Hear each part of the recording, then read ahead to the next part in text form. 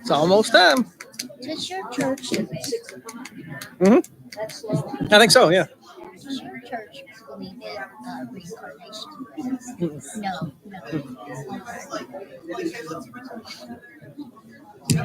Is yours mic? Mine's on. Are you sure on? Well, this doesn't want to stay. It's time. Flip it up. You all ready? Okay, is everybody ready? Good evening. The time is now 6 p.m. It's time to call to order the Spencer County Board of Education's regular monthly meeting, September the 30th. Statement of board mission. Emma is not here today. So, by working together, Spencer County School District will make a difference in the lives of all students. And vision statement, Spencer County schools will challenge and support all students to become highly effective individuals. I'd like to welcome all of our visitors. It's good to see you all. When I see a crowd like that, I expect that we're going to see some great student events going on. We need to review and adopt the agenda. If there's not any questions, could I have a motion to approve the September the 30th, 2024 agenda as presented? I'll make that motion as presented. Lynn, do I have a second? Second. Pam, all in favor? Unanimous? Let's move on to recognitions. Dr. Foster. Yes, so I'm going to ask Miss Butler to help me. She's going to go to the podium, but we have two groups to recognize this evening. A large group of AP scholars from our high school and our Row the Boat Awards, our first for the year. So Miss Butler, if you'll get started, I'll meet these students at the... Okay. So if I call your name, you're here to come up and give you one certificate from me, and then you can go to the So the first group we have is our largest group. It is the AP Scholars. It's granted to students who receive scores of 3 or higher on 3 or more AP exams. Wow. Emily Calderon.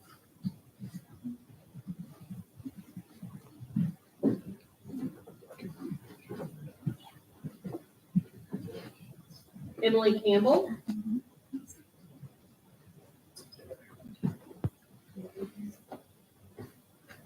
Matthew Cook.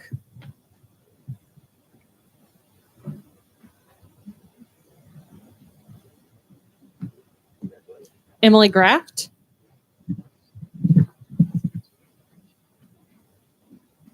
Mackenzie Hansen.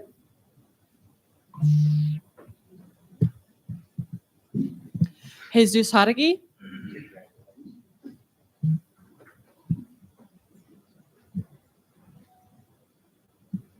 Ava Klaus.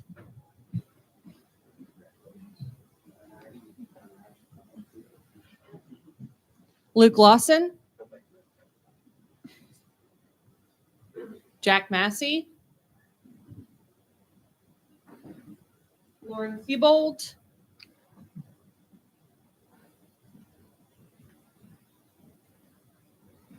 Daniel Schick. Caitlin Sloniker. Carter Walters. Mason Ward. That's it. All right.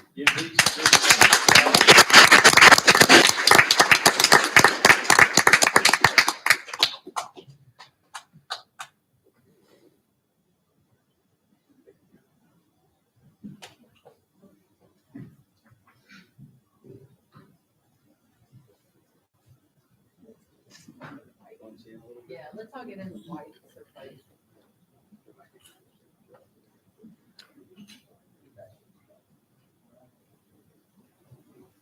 So again, this group is our AP Scholar group. 3 qualifying scores on 3 tests, correct? 4. Fantastic. That's pretty For amazing. moms and dads, that's 9 free college outings. Right? Thank you all. Congratulations.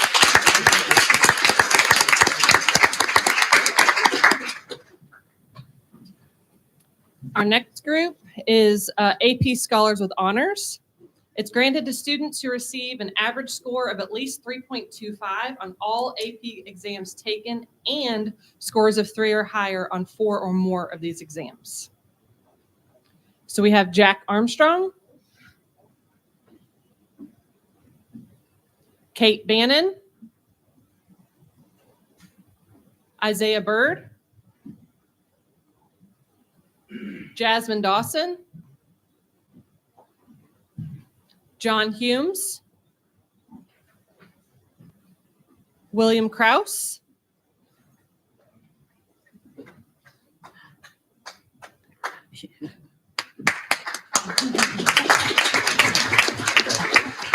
and Logan Turner.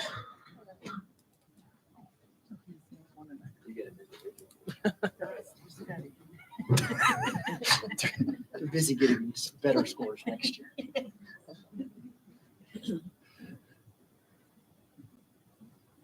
Congratulations.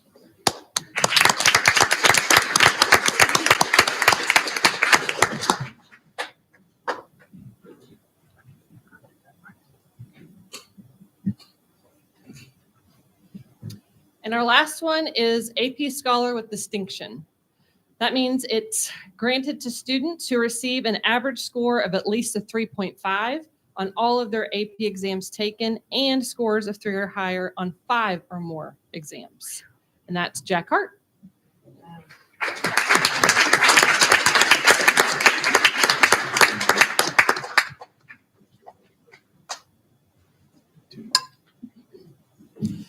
Next, we have our 2 Row the Boat award winners today.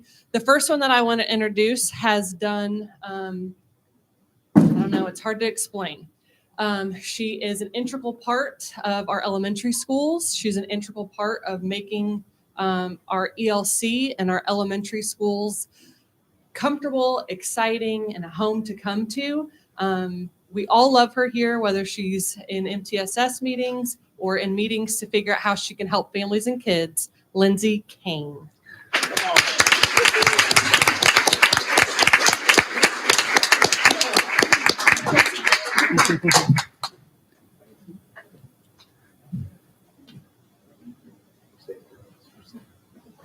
Yeah, absolutely.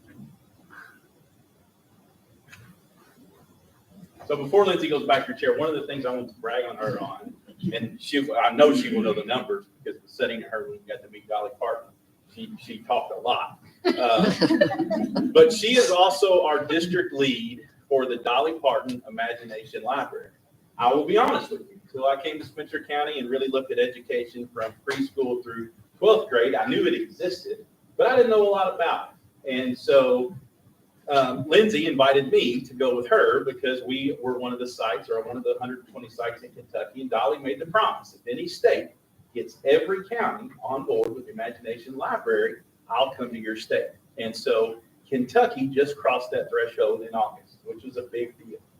But Dolly told her story. She talked about the legacy of why she does it, which is to honor her father. Her father was a very smart man, but in regards to formal education, was not a very educated man. But he was very passionate about reading and children reading, and this is something that she really thought of for Sevier County in Tennessee. That was it. And then Tennessee took notice, and it spread in Tennessee, and then it spread in other states, so it has spread in Kentucky. But I learned, sitting with Lindsay that evening, amongst many things that she told me that night, the percentage for Spencer County, we do a great job of registering newborn children into the Dolly Parton Imagination Library program. What is our percentage? We're at 65% for kids 0 to 5. So we have 670 kids enrolled, and we've had about 250 that have graduated. It's amazing. So the program, once registered, those families are mailed a book every month to read to their child, which is awesome. You think about, as a parent, just living life and being busy, having a book mailed to your house is a great reminder of the importance of reading to a child and to children and what it does and what it can do for their future. But Lindsay is passionate about that program and making sure the kids in our county are no different than any other county, that they have books in front of them, their parents have resources, and very, very passionate about that program and a million other things, which is awesome. So if you guys remember, this is the first time we have honored Row the Boat publicly this school year. For me, this concept came from a book that I picked up and read and I reread, but it really kind of highlights the importance of just keeping going. For me, life after COVID as a principal was rough. There were days it was discouraging, if I'm being honest. And But I was reminded every day, there were people that came to work and just kept going. And they did their job, they did it the right way, and they did it for the right reasons. So we have learned quickly. We have plenty of those folks in Spencer County. So Lindsay, thank you for all that you do for our students in our district. All right.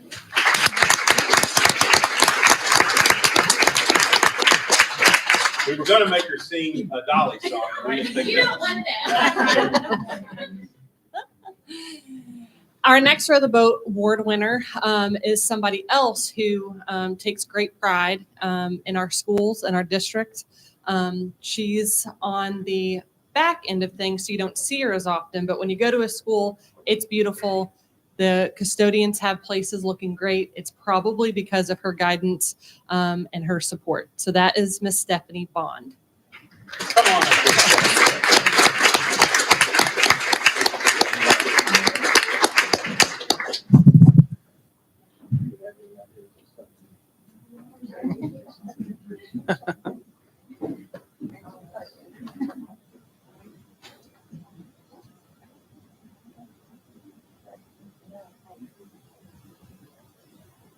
So let me brag on Stephanie before she goes back to her chair.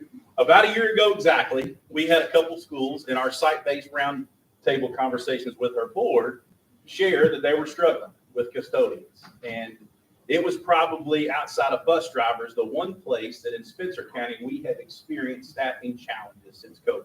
We've been very lucky, knock on wood, brick, wood, please help me out, knock on something. Since COVID, we have not been perfect with hiring teachers, but we've not experienced that like other places. But in our classified staffing, it has been much more of a challenge, and especially in custodians and bus drivers. So we went to work, helping our schools, thinking outside the box, doing things differently. Stephanie at that time had a job here in this building. She was not a custodian at the time and stepped up and said, I can help. I can work with people, I can train them, I can help, and I can try. And boy, did she. So she started spending time at the high school. She started waxing floors. She started training people to do different stuff and did her job here every day, which is different and unique. She is now the custodial supervisor for our whole district and is absolutely killing. She's knocking it out of the park every day. She is stubborn. She is a worker, and she wants our schools to be clean and something we can be proud of. So Stephanie, thank you. We appreciate all that you've done.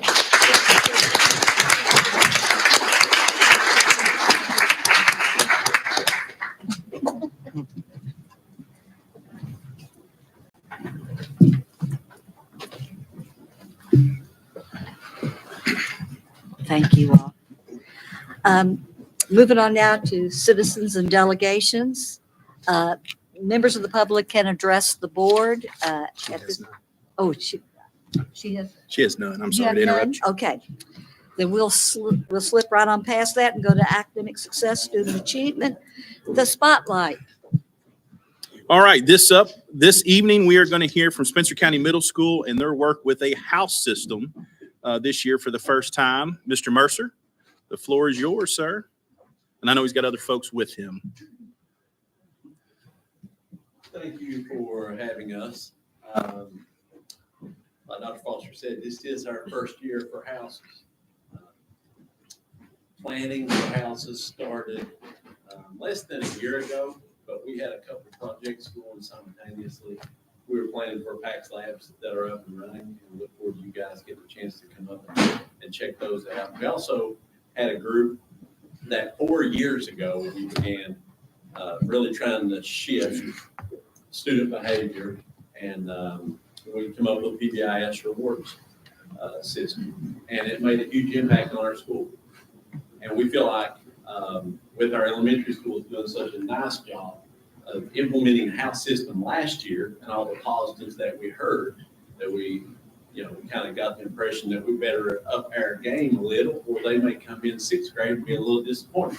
So that PBIS team has evolved, and it has evolved into houses. And we have a group here tonight. We have 8 house leaders, and we have a group here representing those house leaders tonight to explain exactly how we do it. Well, the first thing we want to do is we want to introduce our houses. And so what better way to introduce our houses but through students. I lead the Grizzly News at our school, and our school had our first episode, and we featured we're gonna play a portion, you know when to stop. Okay, exactly at 9:40 is when we're gonna stop. So this will introduce who our houses are, what we represent, and our community service projects. And that was one of the things. We wanted to build community within our school, but we wanted to see our school in the community. So you're gonna hear that as well.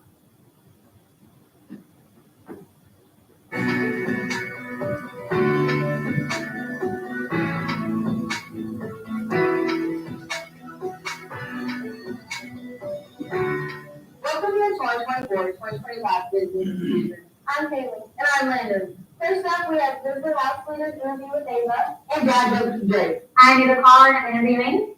Ms. Spatola. We are the House of Dreamers. So I am the Blue House for Red Year. Projects that we're coming up with is we wanted to think of what's something that allows people to have their imagination and their dreams go wild. And one of the things that we thought of was with books. And so we are going to try to put together some mobile libraries and build some libraries around the town. How do you think how this will affect the school overall, like in grades, connections, and school spirit? I think connections more than anything. So one of the things that we really looked for with the houses where we wanted to try to find a way to connect with the different grades. So if you're in sixth grade, you're coming to this school, I mean, you were in sixth grade once, you remember, it's very, very nerve-wracking. You're in this new school, there's a bunch of big kids running around and you have no idea what's going on. But with houses, this gives you an opportunity to work with those seventh grade and eighth graders. And it gives you an opportunity to find a really good role model. What are you most excited for this year? I'm always excited for a good grizzly growl. I'm very, very competitive. I love grizzly growls. So I'm excited to see what new things, new inventive things we come up with as we go about doing the grizzly growls. And for my people that are not as competitive and you don't really care for sports, because I mean, when I was in middle school, I didn't really care for sports very much either. We do have other grizzly growls set up that don't involve a lot of sports competitions and involves like kind of like relaxing and getting to just like chill for a couple of hours and just relax at school. So I'm excited for that. Do you have anything you want to say to your house? Well, I mean, I guess, you know, you guys put your presents up and then, so more than anything, I do have to say, REVE, you are! Hopefully somebody in one classroom does I really hope you do. My house is Protos, and I'm Miss Wilson. What does your house represent? So one of our projects that we have decided to do is the BHAP nursing home in town. How do you think houses will affect the school? I think it'll help with morale a lot. I think us being able to mix up 6th, 7th, and 8th graders together, getting all the teachers to meet kids that they may not have had or had in the past. I think it will be really good for our school and also for our community, for us to be out in the community helping the competition within the houses. And just how excited all of my kids in my house are already. And I'm just excited to see everyone in those different grizzly growls. Do you have anything you want to say to your house? Go Protos. I'm in the car and I'm introducing. Mr. Armstrong. So I'm the leader of the House of Rock. We are the House of Unity. What are your current house goals and projects? So I think our house goals are to just build a community within those 3 grade levels. Our house projects right now, we're still kind of narrowing it down, but we've got a lot of exciting ideas and options that we're voting on. Some regarding the animal shelter, others with community work with the nursing home and facilities like that in town. Well, I'm really excited because I think they're going to be a real positive for the entire school, just the community and just the sense of belonging for all students. What are you most excited about for this year for first year houses? I'm excited to see how it goes.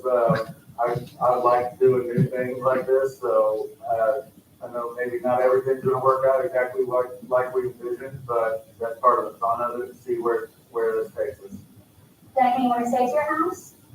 Well, I do have the best house, and we've already discussed how awesome we are. And it's our job to make sure that we build that unity amongst all houses. That's why we are the House of Unity. I'm Ava Carter for interviewing Miss Birch. We're the Black House, we're the Altruismo House, and we're the House of Givers.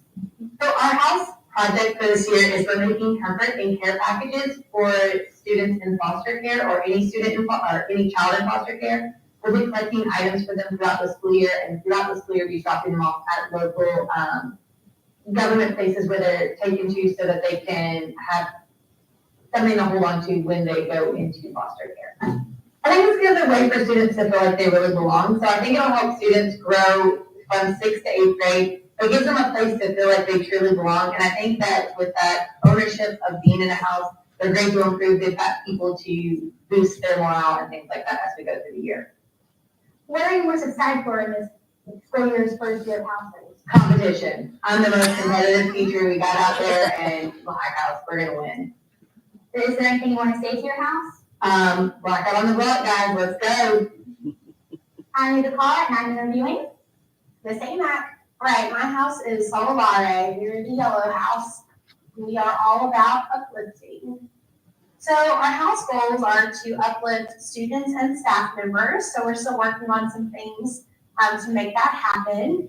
Our biggest project in the fall is going to be our Veterans Day celebration, which is coming up in November. And then we are also hoping to do a project in spring. Well, I think in general, houses have already improved school spirit. Now that every student belongs to a house and you have something somewhere, pardon me, to belong. I think that it also will give everybody motivation to do their best in class and in all of our different activities, because we want to be able to keep doing houses and do all the fun things that go along with that. So I think sometimes we just need some fun, and we need to compete and have friendly competition, and those are all uplifting things as well. So Sololare is all about that. Do you have any, what are you most excited about this year? Oh goodness. Well, some of our house leaders are lucky enough to get to go and visit Ron Clark Academy in Atlanta, Georgia, which is where the house idea started. We are Nukamori, we are the purple group. Nukamori is Japanese for kindness, so our group is the House of Kindness. In our last house meeting, our kids came up with some really cool ideas. One of our students came up with an idea for Love My Neighbor of hosting a drop of Halloween costumes, and then also setting up a night where people can come shop for Halloween costumes. But this year, we have taken on Love My Neighbor, and also we're going to be working with, we're going to hope to work with the Youth Service Center to provide, like Love My Neighbor, to provide like clothing and that kind of stuff, and also like they're changing out seasons. We're going to be starting a drive here at school where we're collecting Halloween costumes in the month of September, which it is right now. And then in early October, we're going to be hosting a night at Love My Neighbor where they're going to set up the Halloween costumes so people can go shop for that. So what are you most excited for? So I'm very excited about groups working together, people who don't necessarily know each other or have classes together, working together, 6th graders feeling a part of 7th and 8th grade. This building our school community that outside of just being an individual grade. That's what I'm most excited about. And Grizzly Grouse. I'm Ava Carter, and I'm introducing Mr. Evans, we are Isabindi House. We are the House of Courage. This year, we are doing the toy drive with the Pennsville Police Department. So we'll be raising money and toys to help the needy during Christmas time. That is one of our projects. There are a few others in the books that we're still working on, but as of right now, that's going to be our big focus. So I'm Ms. Bradbury, and I'm the house leader for Homicide. Homicide is the red house of Pennsville. HUD has chosen to partner with the New Humane Society here in Spencer County, and we're going to see what needs they have and ways that we can help animals that they support. I'm really excited about houses. I feel like it's going to take our Grizzly Grouse to a new level and have, instead of just 6th graders and 7th graders and 8th graders competing amongst each other, but it's all working together for a common goal. Anything you want to say to your house? Oh my goodness, y'all know. AMISTAD. Who are we? We're the team that beat. That's it. All right, so as you can see, we've got a lot of things going on in our school. It seems impossible for all of our schools to tackle all the things. So being able to break up into houses, it's all the cool things that we can do. And you heard Anraka say that they were still working on it. Mr. Armstrong came to me today and said, I saw that you're working with a group that's going down to do hurricane relief. That's exactly what we want to do. So they're having some ideas about how they can help. And getting our students involved is really good. I've got one more thing that I want to share. If you want to share anything. We talked about how we can get all of our students involved. And one of the things at our last meetings, just making sure that our 8th graders feel like this is important to them. Because this is our first year of implementation. Our 8th graders are moving on to high school, so why would this be important to them? And I had a funny story where I had shared something and a parent said, my child, I just ordered him some stuff from the Ron Clark Academy.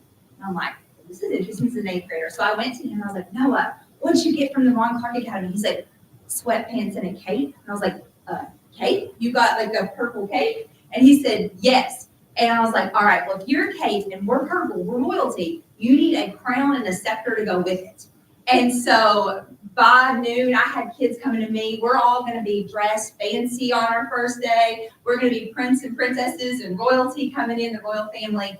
And it was a bunch of 8th graders coming to me going, I can do that, I can do that, I can do that. So it's kind of neat to see them buying in. If anybody else wants to share anything. I can share one really quick. So I had a 7th grader today. I teach 7th grade language arts. I had a 7th grader who was really excited because they just got this leadership opportunity and they didn't quite make the leadership team that we have at the school. And I said, have you been looking into leadership with your house? And she said, oh yes. She's like, I'm going to be the house leader for the 7th graders. So I'm going to be the 7th grade leader. And I said, okay, well, just keep with it because next year you can continue that. And you can be an even bigger house leader next year. She went, wait, I get to stay in the same house? This is my house? And I was like, yes, it's your house. And she got super excited. So it's really creating a good community for our kids too. So. Absolutely.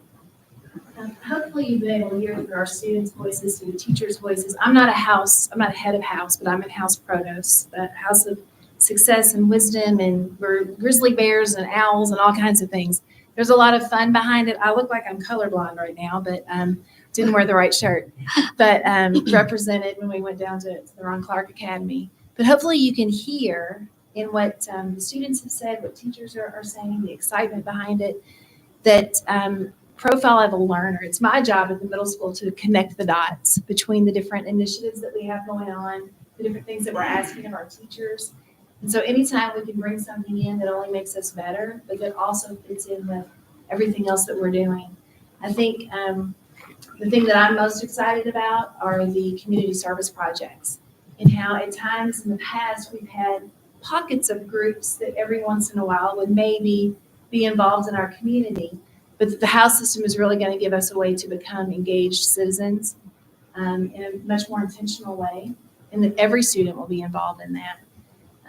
Active collaborators, like we've talked about. Another thing that we're most excited about is that our 6th, 7th, and 8th graders will now be learning from each other and mentoring, the older students mentoring the younger students and things like that. So really, for me, it's bringing out those connections between profile of the learner that's been a focus of ours, the other things that we have going on at the middle school, whether it's PAX labs or modern classrooms or other instructional things, and how the house system just makes us better in each of those areas.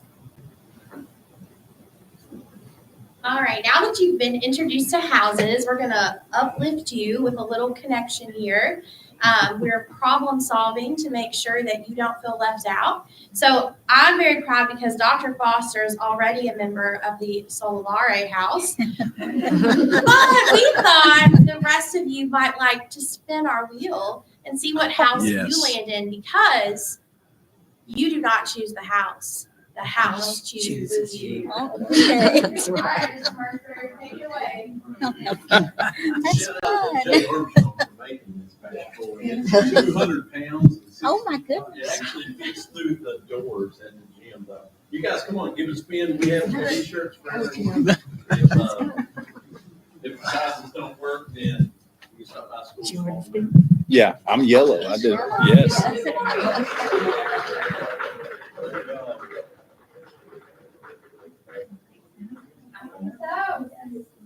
Oh, your name?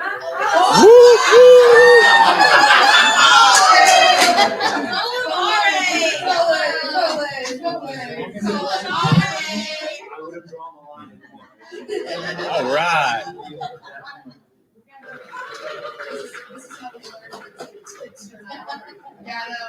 Oh my goodness, is it?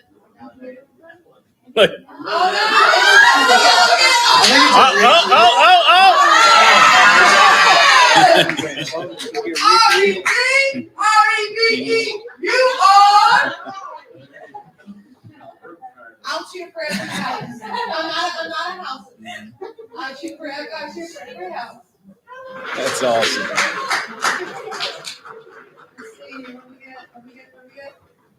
It's not yellow, or is it? Or is it? Rhodos?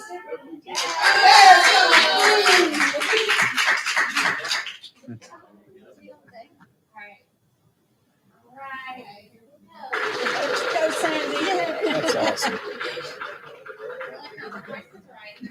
I know, right? Big bunny, big bunny, big bunny. Orange. Oh. No?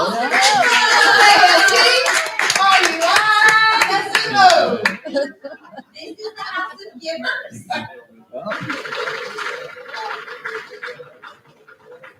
That's a good one.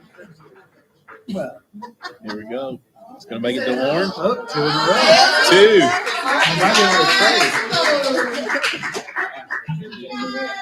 2. Might be trading. Thank you all. Thank you. Thank you. Thank you very Thank you. much.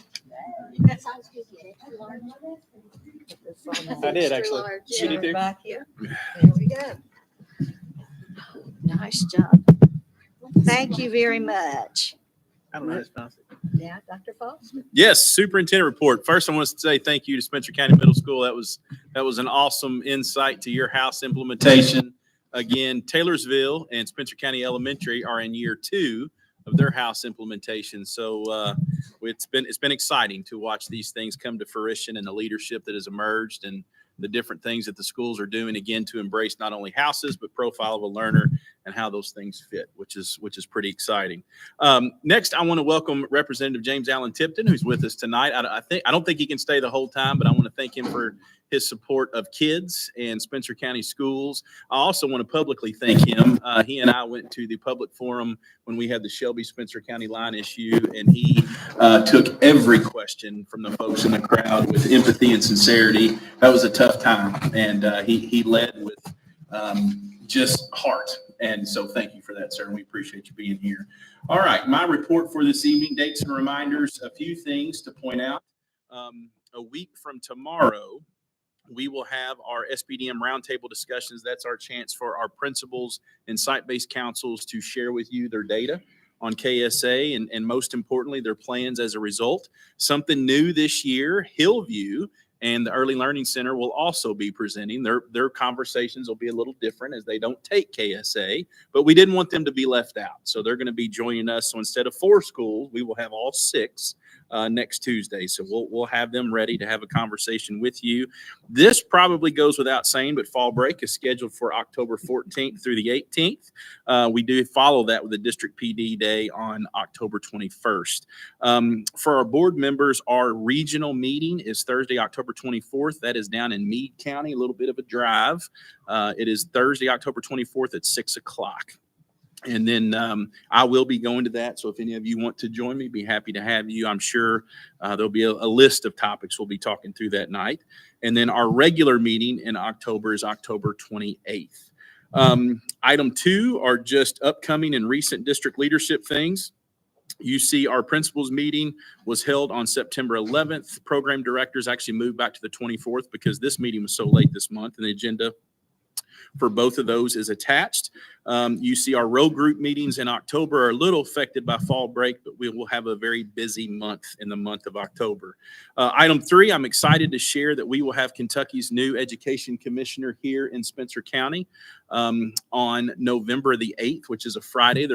He's going to start his visit at the middle school, seeing our Paxton Patterson lab. We will be doing a formal ribbon cutting. Miss Leslie Slaughter has kind of been the contact for this, so she'll have a fancy agenda for the commissioner while he's with us. We will probably also hop over across the parking lot and see the elementary school. They've got some really cool stuff going that the foundation has helped them do. So he'll get to see 2 very hands-on, innovative experiences while he's here in Spencer County. He's been very responsive, so we appreciate his time. Item 4 is my travel out of district. So since we last met, I've been to OVEC Board of Directors twice, and then we went to North Laurel Middle School to see a roofing product. So my out-of-district travel is a little lighter this year without the onboarding requirement, and I'm not sad about that. Superintendent's Advisory Council, back in June, I shared with the board that I plan to revive something like the R&R committee that was up and running before I got to Spencer County, but to take that beyond the R&R work and look at just culture and climate in general. So you see, we will start that process this Thursday, October 3rd. We will be meeting on the odd numbered months. So about half of the year we will meet. We will have a certified and classified person from every school and then have every department represented. So that will get going this Thursday. We'll meet up at Taylorsville Elementary. We'll meet at 4:30 in the afternoon, and I've promised them no more than 90 minutes because I want to value their time. But excited to kind of dive into some culture and climate topics with that group. Item 6 is I'm sharing with the board a letter from the Board of Directors with OVEC regarding Amendment 2. The past week, the Board of Directors approved a resolution letter, and I've shared it as a link, and it's up here on the screen. The goal of that group is and was to share a resolution that communicates our collective goal of sharing accurate information as ads begin to be aired, mailed, and played that are full of some misinformation. So you can read there, the group developed some talking points. It was really not to take a political side on either side of the issue, but to talk about information that we felt was important to share. I do want to note that I was present and did vote for that resolution. Item 7, which I think is the last part of my superintendent report for tonight, is getting back to superintendent IOP artifacts. So this is something I did last year. The board seemed to appreciate this. So just going to go numerically 1 up to 7. So the first standard is strategic leadership. So you see the standard itself, you see the performance indicators. As of September 30th, which is today, I noted 4 things. First and foremost, strategic planning. The board asked me to not only finish our strategic plan, but get it going, I think was the summation of what you charged me to do, which I'm excited about that. I'm very excited to share that we finally have a plan on paper. And beginning this month and of October, we will start to share that with different role groups, working through the specifics of strategies and how we will keep up with monitoring our work. In November, I'm going to bring the band back together. So the strategic planning team that worked together back in the spring, they worked a lot, very hard. They will come back together after getting feedback from our role groups. Then in December, I will finally bring a draft to you as a board. So I'm excited about that. In early 2025, we will talk about publishing our plan, how we will roll it out both internally and externally, and some initial steps for implementation. And I will love your feedback on that. And then we plan to revisit our mission, vision, and beliefs as a district. So early 2025, we should have a brand new strategic plan, which I'm excited about.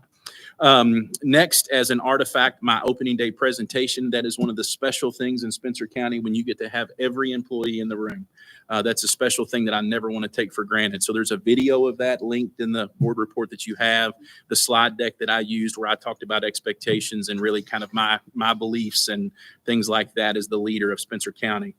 Leadership retreat presentation. So similarly, we take our group of principals, assistant principals, counselors, instructional coaches, those folks we met at the extension office. So you can see the information that I used with that group. And then lastly, the development of board goals. So you guys were wonderful, very clear with me and what you wanted me to work on for this year, which included that strategic plan. And the second goal was to make sure that our academic spotlights focused on the profile of a learner. So that's something that we are very serious about. The last page is something I didn't plan on including, but I went back and I didn't want to not include. If you guys remember my capstone that I shared with you on June 3rd, there was a little nugget at the end where I talked about these are the things I want to work on next year. And so there's a handful of things there. And I shared with Steve and Amanda this afternoon. I'm pretty proud. There's not a single thing on here that we haven't at least started. And it's only September. And so very, very proud of that. And I'm not doing that by myself. All of these people across the back of the room are helping me to do that. So thank you. Thank you for that. And there is a hard copy of the resolution from OVEX. So Madam Chair, that's it for Superintendent Report for September. Thank you. Any comments, questions? Okay, then I guess we're ready to move on with action discussion and the board minutes. We've all had a chance to review those. Do I have a motion? Do I have a recommendation? Yes, ma'am. Approve the August 26th minutes as presented. Do I have a motion as stated? As stated. She beat me. Pam, second. I'll Tim? second. All in favor? Unanimous? Let's move on to B, bus purchase. Yes, Mr. Chester will join us at the podium. We have, Mr. Chester did a great job talking to the board. Was it September 10th, I think, about an update from transportation. And one of those really important pieces is to constantly keep our fleet updated as much as we can afford. So he is going to talk to you guys about our purchasing for now and a potential purchase later in the school year. Mr. Chester. So as we discussed in our September work session, obviously we have a fleet that is aging where we've bought some used buses from other districts. So with the aging fleet and signs of wear, after a thorough review of our student enrollment, field trip data, and total yearly mileage, it's become clear that we do need to address some issues to maintain safe and reliable transportation across the district. To start the process of addressing these concerns for this year, I'm requesting the purchase of 2 regular school buses without air. And then I'm going to request 1 special needs bus equipped with air. If you remember back in the work session, I kind of brought this up. I think now is probably the time to get our feet wet on trying that. I could see that becoming a requirement in the years to come. So I think it's better to try it now and get all that worked out before we have to dig in all across the fleet. This will be for the 24-25 school year. One of these buses that we plan to order was actually one from last year. If you remember, we got what we called the baby bus that was kind of messed up. So one of these buses will replace that order. So it would technically be 1 from last year, 2 for this year. This won't get us completely back on track. So asking for 3 tonight, and then I plan to revisit probably in May once we kind of see where everything falls budget-wise and stuff like that. I may come back in May, and then we'll revisit the conversation to try to slowly get us back on track. For regular buses right now, they're at a cost of about $150,368. In all honesty, price is going up, quality is coming down. I'm just going to be real with you. If you look at our parts sheet through the month, we spend plenty just to keep them running. And then a special needs bus with air is $159,856. So the total requested tonight for 3 buses is $460,592. I know it hurts. Every time I look at it, I'm hoping it gets cheaper, but it does not. Any questions? Questions or comments? My only question, just thinking forward, is a regular bus with air currently costs how much? So it's about $10,000 per bus. So it'd be about $160,368, give or take. I will tell you from that standpoint, when I first started 4 years ago, it was $15,000 to put air on a bus, and we've come down to 10. So as more districts do it, that is getting cheaper. I think we're timing it just right. Fayette County went back and they spent millions of dollars to retrofit all their buses. They have had decent success. I tried to watch to see what they were doing before I even attempted it here. I think now is probably time to get our mechanics equipped with it. And then my plan is everything goes well with special needs, then we'll slowly look at trying to phase it in. I think 2 birds, 1 stone is going to be required. I think it also helps with recruitment and retainment from the driver's standpoint. It's a little more pleasant driving a bus. That's cool. Anything else? Thank All right. That is all from me. Thank you, Mr. Chester. Dr. Foster, do you have a recommendation here? Yes, ma'am. Recommend the purchase of 3 buses as presented. This includes the purchase of 1 air-conditioned special needs bus and 2 regular school buses. Note that the special needs bus purchase is from fiscal year '24. We will monitor our funds and contingency prior to ordering a 3rd bus for fiscal year '25. Do I have a motion as stated? I'll make the motion as stated. Tim, do I have a second? I'll second it. Aaron, all in favor? Unanimous? Let's move on to C, pay scale. I want to use this as an opportunity to recommend or to shed a little light on Miss Diana Thomas. This is her next to last board meeting.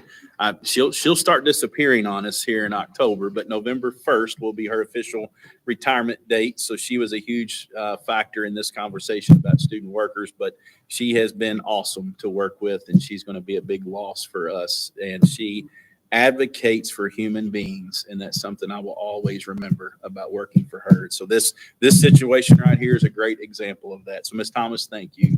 We're going to miss you. So before you is an opportunity for us to raise the wages for our students. And if you look there on the cover page, we have a number of student workers that help us do things like bus monitor, cafeteria worker, childcare, computer technician, custodial support, instructional assistant, maintenance worker. And to be honest, we have gotten away with underpaying our students compared to the market for a while. And so we put a group together and really got real and honest about that. So $14 an hour is $1 less than our cheapest category on our pay scale. So we agreed and worked closely with Mr. Murphy to look at how we could reasonably afford it and really pay kids for the hard work that they are doing. So you can see through Mr. Murphy's analysis, this would have a cost. This year, I think it came out to about $27,000. Mr. Murphy, does that sound right? Oh, that was substitutes pay. I'm sorry.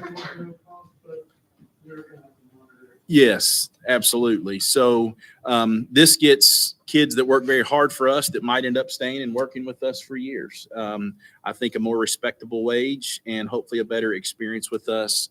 And again, brings them up to $14 an hour. So this would affect a number of kids that do a lot of hard work for us.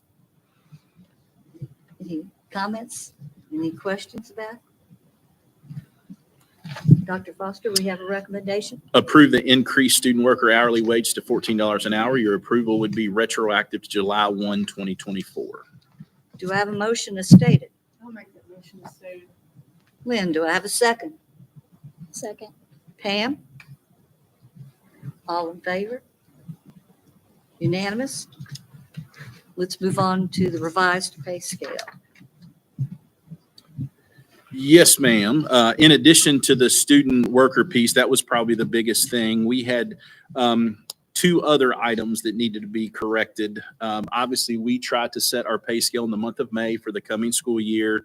Mr. Murphy has done a great job trying to keep us focused on getting everything included, and noted on the pay scale when it is improved in May. We're not the best of that. That's a work in progress, which might make Mr. Murphy stay with us for years to come, so he can make sure that that's done before he leaves us. But a couple of other things needed to be addressed in addition to the student worker pay scale, which we just fixed. But the second item was to revise a miscellaneous page, which was known as the back page of the pay scale. It was rather confusing, so that's been cleaned up for you. If you look at your attachment, it is the page directly after the spreadsheet grid. It is much cleaner. There are far fewer words, and it's much easier to understand what's on there and why. Lastly was to revise our substitute teacher salary pay scale. So if you look at the final page, you can see our current pay, our existing pay, and what we are recommending to pay subs across the board. We are hoping to increase them by $10 per day. This is a little above the 5% across the board raise. It is still woefully low and something I think we have to look at each year. One of the things that Mr. Murphy did want us to note, and it would now be included on our pay scale, is that anytime we give an across-the-board raise, it will now increase the substitute teacher pay scale rounded to the nearest whole dollar. So if we pay 5%, we will increase their pay by 5% and round up to the cleanest whole dollar. So this helps. This is one I've had a few subs reach out to me in the last weeks and months, and so it's something I want to be responsive to. We are lucky. Our sub coverage is not perfect, but compared to some districts around us, we are very fortunate. And so that's a group that we want to make sure they are appreciated and that their pay reflects that. So the updated pay scale would do those three things. It would revise the student worker part. It would fix that back page and then increase substitute teacher pay. Do you have any questions or comments? I'm glad to see that about the substitutes. That was always an issue. We would do raises and forget about the subs. This one. Do we have a formal recommendation? We do. Salary schedules are approved in May for the current year. We want to remain responsive to current needs and staffing market. I recommend approval of the pay scale revisions as presented. Note these changes address 1, the student worker pay, 2, simplify language on the back page, and 3, our woefully low substitute teacher salary scale. Please note that the recommended effective date for the revision to the substitute teacher pay is for dates worked on September 26, 2024 and beyond. That makes it clean for pay period purposes. Do I have a motion as stated? I'll do it. Aaron, do I have a second? Tim? Yes. All in favor? Unanimous? Now let's move on to the job description. Through the hard work of Mr. Rucker and Ms. Thomas, you now have the actual job description for 2 personnel specialist positions. If you guys remember from our reorganization conversation dating back a few months, we are merging 2 roles into these 2 positions. So not new positions, but redesigned positions, formerly onboarding and benefit specialists. So that job description is included for you. We love the format. Think it's going to be something that we're going to dive into and look at really all of our job descriptions. It's very clear and has some good information on there. Anybody have any questions or comments? Do you have a formal? Yes, recommend the approval of the job description for the personnel specialist position as presented. Do I have a motion as stated? I'll make the motion. Pam, do I have a second? I'll do it. Aaron, all in favor? Unanimous? Okay, let's move on to school nutrition personnel. If you guys remember last year, we spent quite a bit of time on staffing formulas and calculations, and we went to a meals per labor hour model for our food service and school nutrition folks. And so as a result, we have 1 school that has qualified for a new 4-hour position, which is Spencer County Middle School. So we are requesting this evening that we add a 4-hour cafeteria worker at our middle school. That is your formal?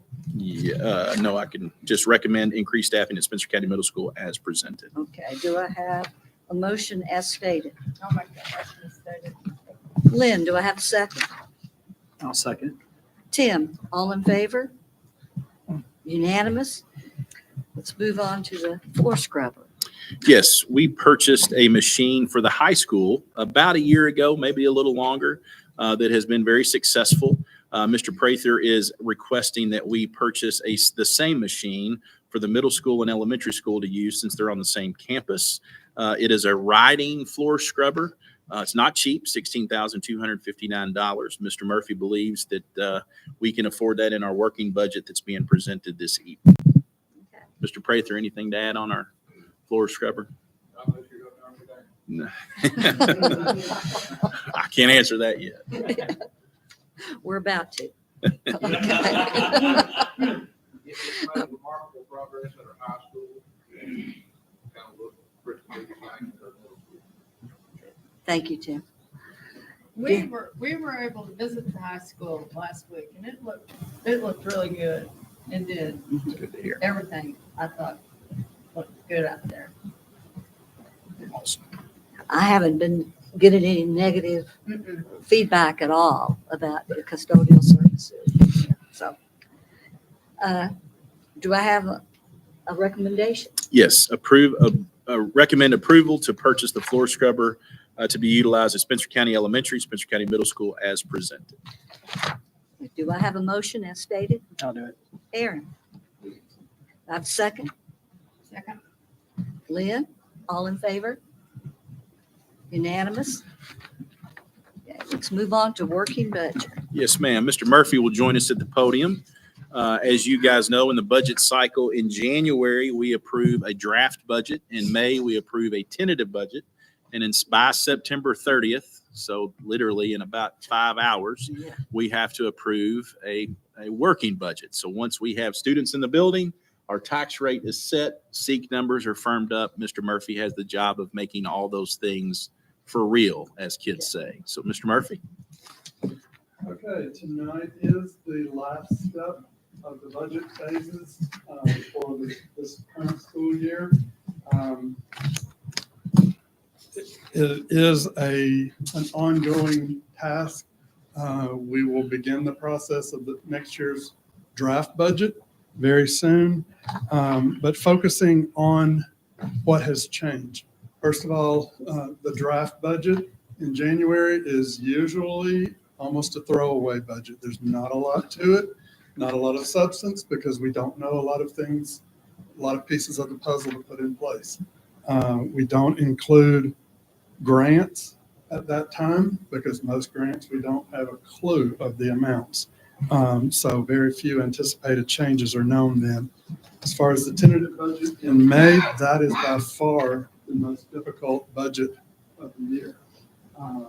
It's really a monumental task to undertake. All the grants that we know are included at that time.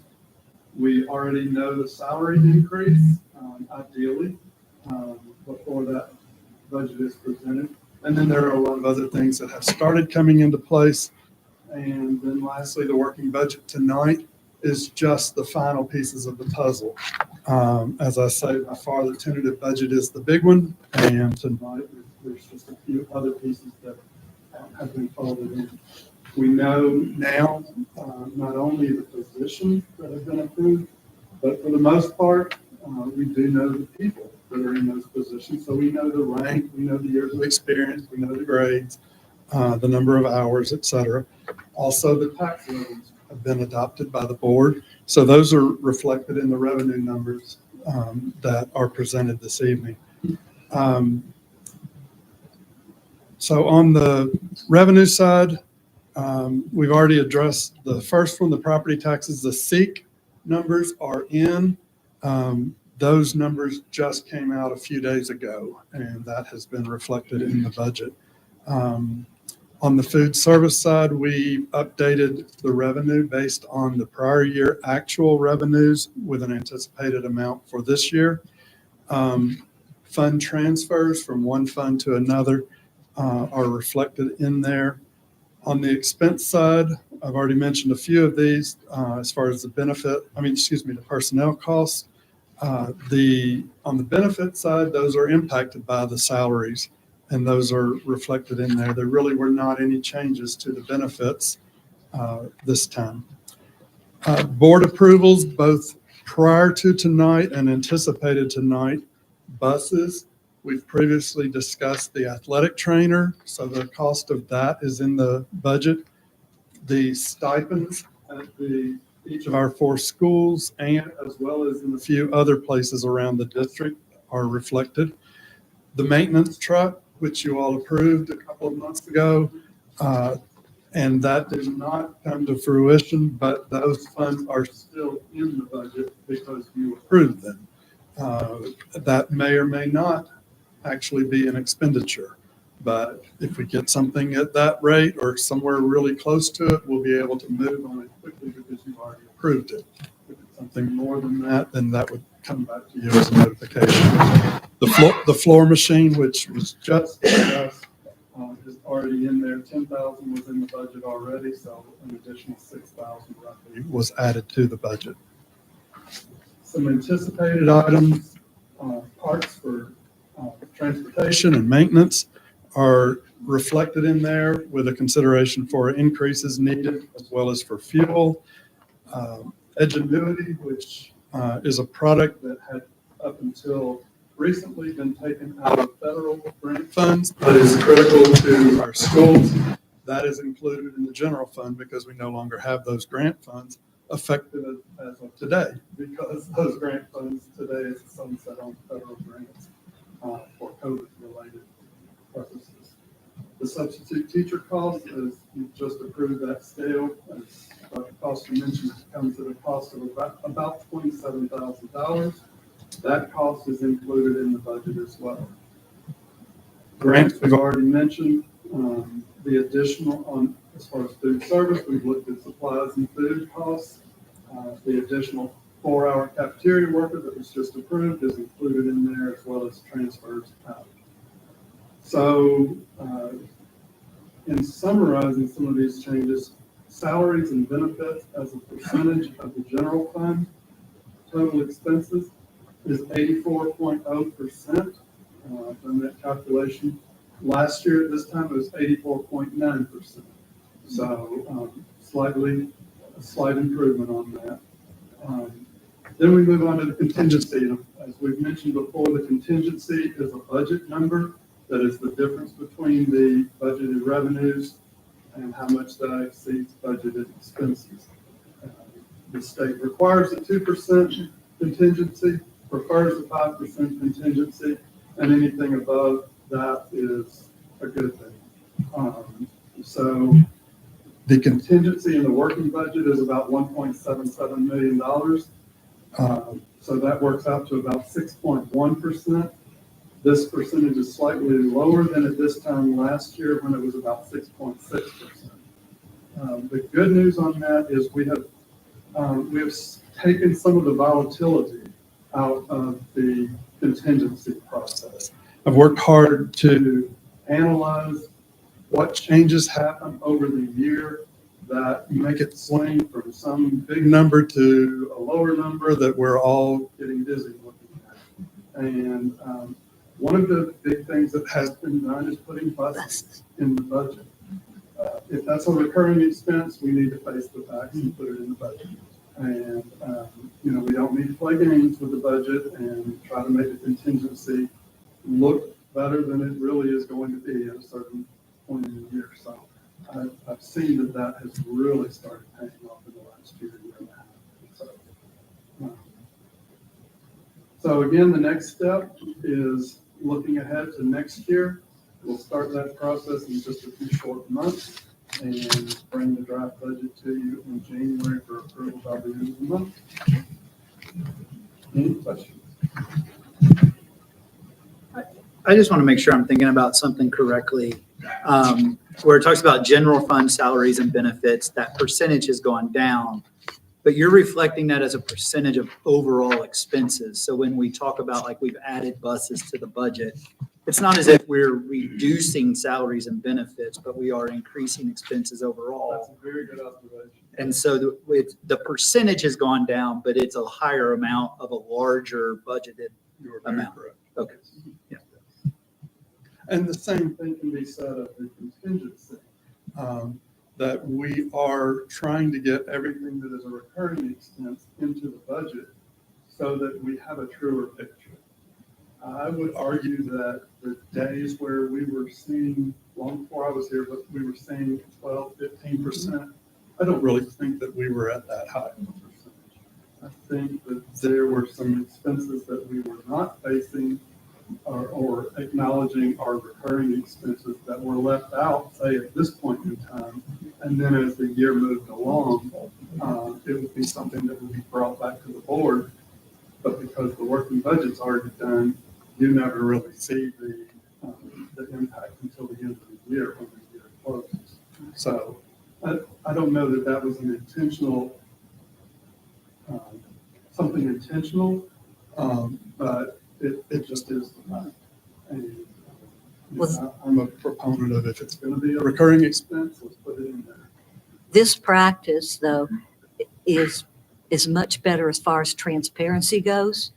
And doing it the other way, just adding things as you go through the year. And I think it can create some mistrust in the system and in the numbers.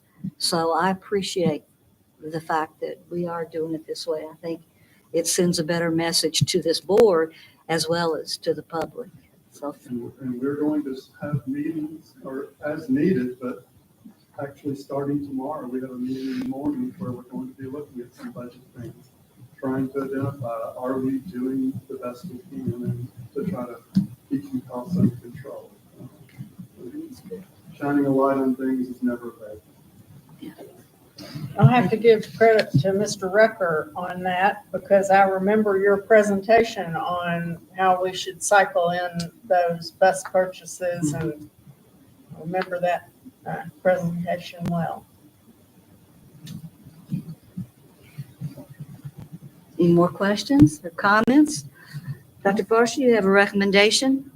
Approve the fiscal year 25 working budget as presented, ma'am. Do I have a motion as stated? I'll do it. Aaron? Do I have a second? Second. Pam? All in favor? Unanimous?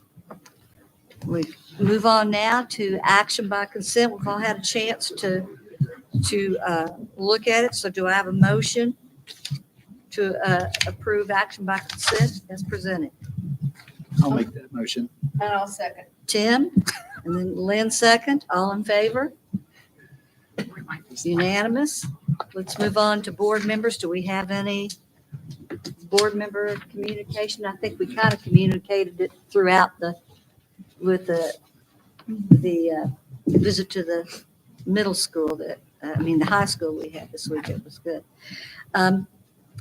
Then SCEA has not started attending. And written communication, any comments or anything on that?